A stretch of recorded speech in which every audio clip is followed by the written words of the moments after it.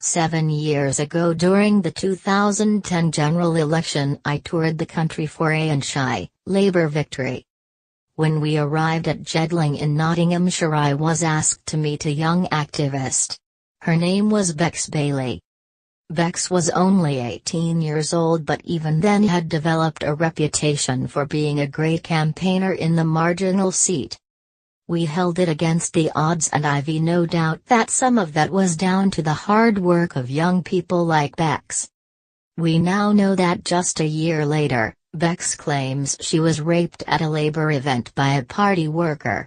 Labour has rightly launched an urgent inquiry. But for 40 years as an MP, I saw the heavy drinking culture in the Commons and the Lords. Late-night sessions and bars created the toxic environment for harassment to flourish. It's much better now as the welcome rise in the number of female MPs has changed the male-dominated atmosphere. But the problem is there remains a conflict that discourages staff members from making complaints against their bosses. MPs are technically self-employed and the sole employer of their staff. That makes it harder for employees to put in complaints. They fear that they won't be believed and that they'll be sacked. We have the absurd situation that if a researcher is bullied by their MP they have to notify them first. The grievance panel that adjudicates includes the same MP, another member and a union representative. That can continue. There has also been talk about people taking complaints to the whip's office. In the past, former Tory whips, the people who impose discipline, admit that they used complaints to blackmail MPs into voting with the government during Thatcher's time. The introduction of the internet and social media has made it much easier for people to report allegations of abuse and harassment. However, I might add that the internet also allows people to make anonymous claims about others without any evidence.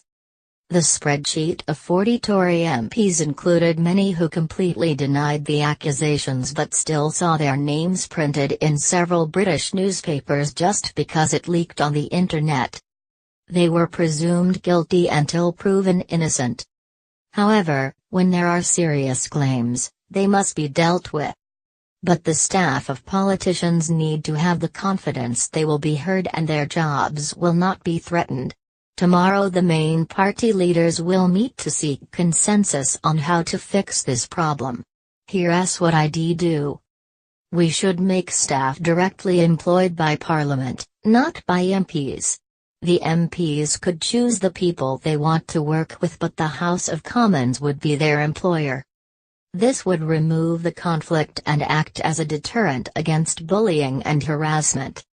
Secondly, as Bex Bailey has called for, we need an independent reporting body that people can formally complain to about being sexually abused, harassed or bullied by politicians and workers.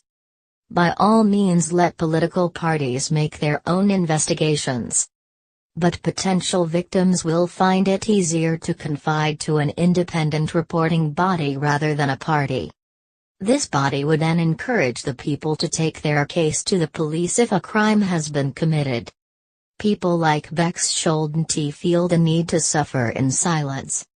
If there is anything positive to come from these allegations, let it be that young people who come into politics to change the world actually get to change Westminster for the better.